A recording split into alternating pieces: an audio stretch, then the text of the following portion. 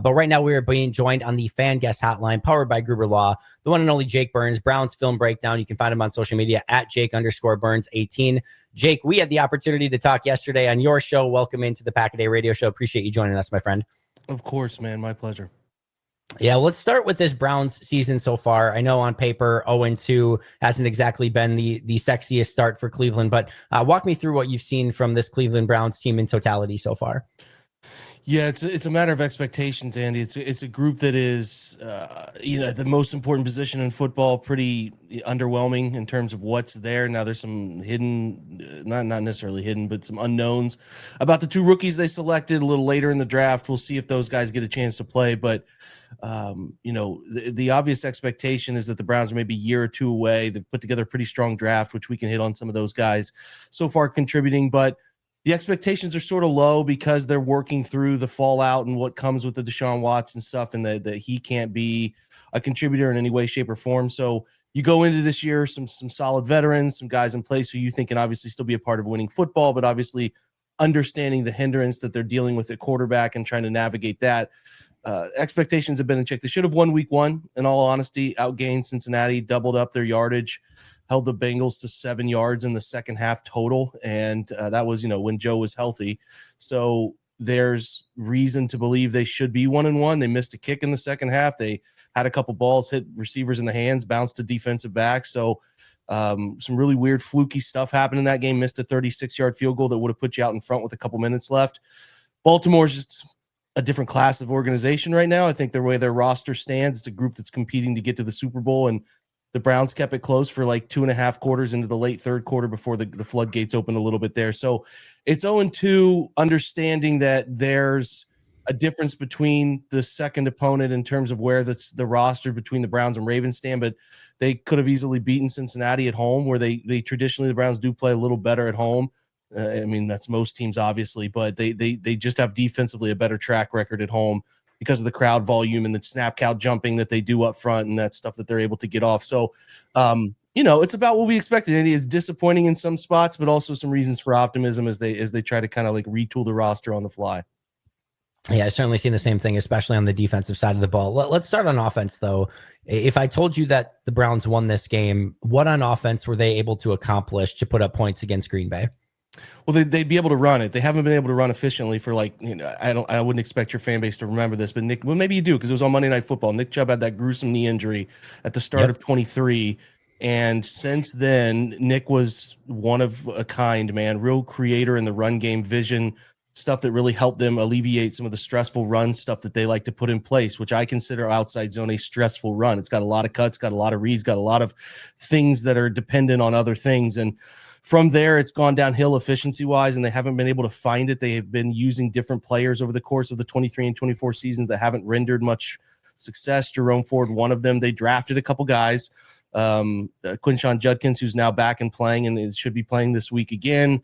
And then Dylan Sampson in the same draft, which is so rare, trying to retool the running back room. If they win this game, it's because they're able to run it. The first 2 weeks has not been efficient run game, and the pathway to Browns wins is running it efficiently, taking care of the football, and then taking some advantageous shots downfield off of run game efficiency. And they haven't had much run game efficiency. So if you're asking me, like, what does it look like? Well, they take care of the ball. They've lost the turnover battle 2 weeks in a row, and they've given turnovers in really rough spots. One interception last week returned to their 5-yard line, another fumble scooped and taken to the house. The 2 interceptions against the Bengals, like I said, hit the hands of receivers and popped, unfortunately, right into the hands of Bengals defensive backs. So they've really beat themselves for 2 straight weeks. So it's really taking care of the football. Can they find some run game efficiency and then build some of that play action, run action, pass off of that stuff? So that's the world they need to get better at to live in. They've been dropping Joe Flacco back 45 to 50 times a game. And no defense to Joe, his advanced age and his lack of mobility at this point, you can't consistently live in West Coast staple passing where you're throwing between 0 to 7 yards down the field. Teams will eventually sit in low hole cover threes and take it away in man coverage to make you have to hold on to it past 2.5 into the 3-second range. And if they're living in that world again, it's the third quarter, and Joe's got 31 dropbacks already. It's probably not a good place for the Browns. No, I think you're probably right in that assessment. And yeah, if Cleveland wants to take one more week to kind of get some of those issues ironed out, we certainly wouldn't mind it either. But we're being joined by Jake Burns, Browns Film Breakdown. You can find him on social media at Jake_Burns18. Let's flip it around. Defensively, what does Cleveland need to do to, Green Bay's offense has been fine, good. They've scored 27 points per game in both their games. It certainly hasn't been bad, but they haven't exactly been clicking on all cylinders either. What does Cleveland's defense need to do to kind of keep this close and again give them a chance to win this game? Well, in offense, I talked about taking the run and producing some results that are meaningful to creating opportunities off of it. I think it's, again, they've had against Chase Brown week 1, against Derrick Henry, they held to 20 yards in week 2. They've shut down the run, and I think if you can keep Josh Jacobs bottled up and make it a one-layered concept that they really take away some of the second level guys, the linebackers and safeties creeping closer to the line of scrimmage, getting involved in some of those run action looks, because LaFleur is as good as anybody at scheming up some of those mirrored run pass looks. If you can get the run game as a net negative, keep that separation in place, and then be able to defend the pass a little bit more efficiently, I think that gives them a chance, probably largely because they can get after the quarterback. This front is really good. I would consider this group as talented top to bottom as anyone in the league. I mean, it's right there. I know you guys are pushing the envelope on that a little bit. Maybe slow down if you could for a week, like you asked me a second ago. You could take a break on that, but no, I mean, Miles is at the peak of his powers. He's been so efficient the first 2 weeks. He just creates chaos. They got another young guy named Isaiah McGuire on the opposite side, a mid-round pick who's really coming into his own, good length in the run game, really shuts down edges, and then he plays so hard. Complements Miles well. Inside, Mason Graham, the 5th overall pick, is starting to figure things out, producing especially in the run game. Really hard to block because he just knows how schemes work and he knows where to take angles. Then they have Malik Collins, who's a veteran, but as far as the veteran market goes and pass rushing interior players, he's really good. So they like those 4. They really like rotating in Shelby Harris, who's a veteran. They got this young kid named Aiden Huntington, who's a UDFA, who just is a firecracker, undersized, but plays so hard and really creates some disruption. And then they got some other pieces like Alex Wright, who's another young player they've developed and brought along, and they've gotten a lot of production from those guys. And when they can really tee off, they made life difficult on Lamar, and they made life really difficult on Joe Burrow week 1, especially, like I said, at home, where you get the silent counts. You have to tap the center. You get those more anticipatory jumps. You can put Green Bay into just a ton of a high volume of second and pass, third and pass situations. That's probably where the Browns find some success. If Josh Jacobs and the group are able to find run game efficiency and keep that sort of balance in check, that's a dangerous place to be because of, like I said, the designs and concepts that I think LaFleur puts in place that can really put a stress on you at the second and third levels of just kind of remaining true to your responsibility. You're hearing from Jake Burns, Browns Film Breakdown. Follow him on social media at Jake_Burns18. Now, Cleveland's living in a lot of man coverage, a lot of cover 1 on the back end of that defense. That obviously puts some stress on guys like Greg Newsome, Denzel Ward, etc. How do you feel about the corners in the secondary kind of holding up from their side of things, especially when it comes to man-to-man coverage? Well, yeah, Jim Schwartz it's been his MO for 3 years. That's what he loves. He loves to put pressure on quarterback. He's had 3 great defensive lines, and that's their envelope, is like, we're going to make you hold on to it a beat longer than you want to and try to create chaos up front. And so, yeah, it's been tough. They lost a young man named Martin Emerson going into the final year of his rookie deal. He tore his Achilles in the preseason. Really kind of put some stress on this group. I think if they were chasing things, Andy, like they thought, because it doesn't matter what I think. If they thought they were a playoff team or a contender, they probably would have signed another corner. They didn't. They're giving young guys an opportunity. So Martin leaves a void outside. They took Greg Newsome, who they took in the first round of the 21 draft, who they moved inside when they selected Emerson because Emerson had played so well, put him back outside. So Greg and Denzel Ward, and I think Denzel's as good as any corner in the league as far as pure coverage goes.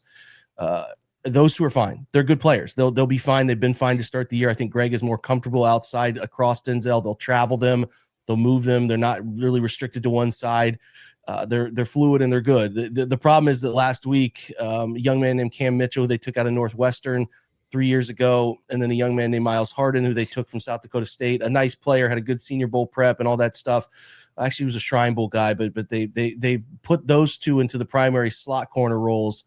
And last week they threw 4 touchdowns. Baltimore did. It was against those 2 guys, 3 of which came against Mitchell, 1 against Harden. Now, again, DeAndre Hopkins, one of the best ball chasers we've seen in the league in the last decade. had a couple winning plays, but they really scheme those guys up. I expect LaFleur to go after them when they're on the field. They will rotate in some big nickel stuff. They've got some veteran safeties. Devontae Casey, who's been in the league for a while, they'll play a little bit at free, and then Rayshon Jenkins, who's been in the league for a little bit there too. They'll play some big nickel, but I think, like, again, against teams that don't live in heavy personnel, they have to play a corner. I think it's can Cam Mitchell and Miles Harden play better because they do live in man. They want to be in that world. And they got it. They, you know, you're as good as your weakest link. And to the credit of Todd Monken in Baltimore last year, they really isolated those two players and took advantage of them. After 0 catches a week ago by Matthew Golden and him playing more in the slot now, I would expect Matthew Golden in the slot against those two corners to have a lot more targets this week if that kind of comes to fruition as well. All right, Jake, let's look at special teams really quick. What do we need to know? I know DeAndre Carter has got the concussion issue right now that's kind of clouding him, but how does that affect the return units, and where do you see the special teams at right now for Cleveland? Well, it was a good week 1, except for they didn't make kicks. So they let go of Dustin Hopkins before the season, a veteran who was really good for them in 23, uneven in 24, and then was really not good in the preseason again. So they had to let him go. They keep a young man named Andre Schmidt. He made everything in the preseason, made the first 2 kicks, and then misses a PAT in the second half against the Bengals, misses a 36-yarder. They lose 17-16. It's just some crushing stuff there. I mean, he was better in week 2, but then all of the other elements failed. They gave up a punt block in the first half, which absolutely was crippling to the situation, kind of trying to keep the scoreboard close. Gives Baltimore the ball down to the 20-yard line. They score a touchdown. So I think they've been below average. You can't give up punt blocks. You certainly are trying to get better, I think, at the kick-off system. They haven't had any kick returns pop. And DeAndre Carter has been fine in punt return. He was like, I think in week 1, he was among the top 5 in punt return yard average. So that's fine. But he, like you said, I don't think he's going to play this week. So you're probably removing him from the equation. They put a young man named Isaiah Bond back there to take punts when he left that game abruptly last week. So, I mean, Bond can run, but he's a young guy. He looked really uncomfortable fielding punts just because it's his first action doing that in the league, and it got thrown on him in the middle of a game, early portion of a game. We'll see if they keep doing that. I wouldn't. There's not a return guy I would be largely afraid of here if I were Green Bay. The punt stuff has been good. Corey Bojorquez is his name. Has really been one of the league's best in the last few years, and trust me, the Browns have needed it. But he, on that punt block, got a little dinged up last week. He's not on the injury report, so I think he's fine, but he didn't punt very well last week because I think he got a little beat up on that punt block, but we'll see if he bounces back. But the Browns have to be better there. They've got to, like, Andy, this is a team that doesn't have explosion on offense, so you got to control the football. You got to be able to run it. You got to be able to make, opposing offenses really work, and you got to win special teams. They got to win on the margins is what I continue to say about them. And through 2 weeks, they've turned it over too much. The special teams hasn't been good enough. And the only thing that they've been able to rely on is a pretty strong defense. So if they can't play complementary football, it can get to the point with any of these games where they go from being in a 10-7 or 13-7 game until all of a sudden it's 35 to 13. And you're like, well, how did that happen? Well, you turned it over a couple times, and this stuff, compounds in the NFL. So their margin for error is thin. And I think they need to recognize that a bit more. Well, the good news for you guys, the Packers special teams was not great last week either. So there could be some opportunity for Cleveland to bounce back in a special teams way this week. A couple quick ones before we get you out of here. First of all, Jake, I know you've started studying the tape and looking at the Green Bay Packers as well. What have been your impressions of the Packers so far? Well, I mean, again, your folks know this, so I'm not going to, you guys are the expert in your area. The pass rush is just, it's swarming, man. And they do such a good job of creating disruption and then closing it off so quickly. And not that you're expecting Joe Flacco to get out and create on his own, but like, even if you had a guy who's a mover out of the pocket, and I think this will show up for you guys later in the year and obviously into the playoffs, is that ability to disrupt vertically in the pass game, but then be able to adjust on the fly. Because what I talk about with the guys, and I don't know, I can't speak for Jordan Love so much, but is like the AFC has these special quarterbacks that create 2 plays, right? There's the initial play when you drop back, hey, we're reading out this concept front side to back side. And then they have this Josh Allen, Lamar, Patrick Mahomes world where they ultimately just create a second play on the fly. They can get out of the pocket, scramble drill, find somebody.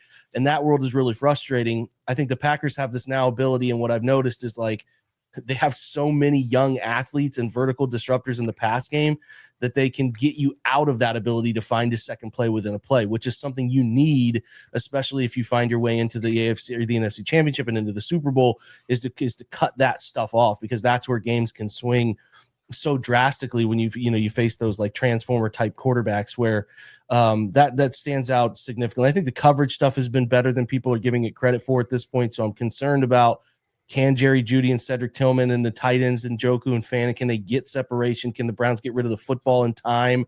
If you got a lot of holding on to the rock, it's going to be a long day for the Cleveland offense. And I think that's what, if I were Green Bay, and I know it's a primary zone coverage team, take away the shorter portions of the field, play more cover 2, play more cover 3, where you're flooding bodies into that like 0 to 10, because the Browns have been completely uncomfortable pushing it past the 0 to 10. They'll throw some digs, they'll throw some in breakers, but they don't love living in a world where they're hanging on to it 3.5 seconds and throwing it downfield. So that's defensively where I'm concerned. And then on offense, I mean, it's just the efficiency of creating illusion, and they're doing a really good job with that. And obviously you can lean into Jacobs, who, like you said on my show yesterday, man, he's just like Nick in the world where we were living in with a great back, where they take the 0s and the 1s and turn them into 4s and 5s.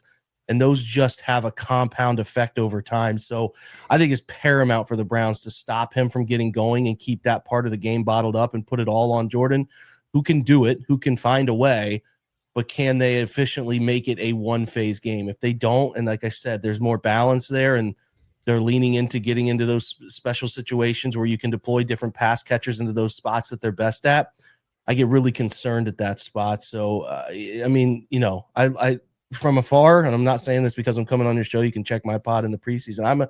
I'm a believer in what they were doing before Micah, and I think this is just a trade that helped amplify the confidence of everybody, and it's a group that's playing clearly with a bunch of belief in who they are and where they're going. And the hope here for me is that the Browns are catching them when the offense is not quite going as well as it needs to be, and they can make it a close contest, and then it can turn it into a coin flip. But yeah, I mean, I certainly like where Green Bay's headed.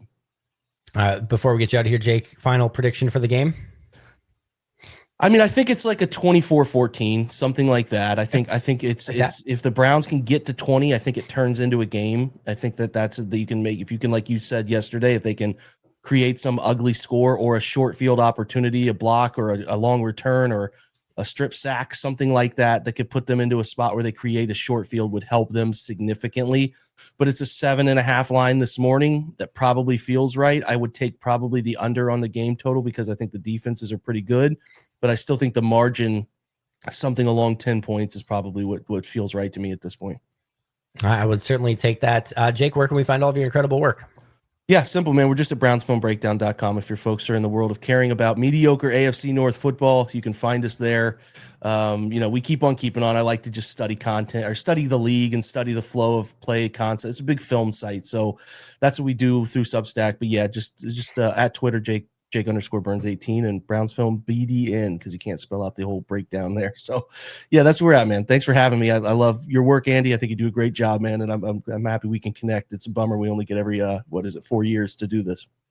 Hey, we're just a few plays away from Packers Browns Super Bowl, so maybe we'll get to do it again at the end of the year. You never quite know. Just a few. Yeah, exactly. Jake, I appreciate it a ton. Thanks so much for coming on, and hopefully, next time they play, we'll be able to do it again, and hopefully something sooner than then. Yeah, my pleasure, Andy, man. Best of luck the rest of the way. Likewise. Thanks so much. That is Jake Burns. Again, you can follow him on social media at Jake_Burns18. A huge shout out to him for joining us on the Fan Guest Hotline, powered by Gruber Law. One call, that's all. This is the Pack-A-Day Radio Show. We got more coming up right after this.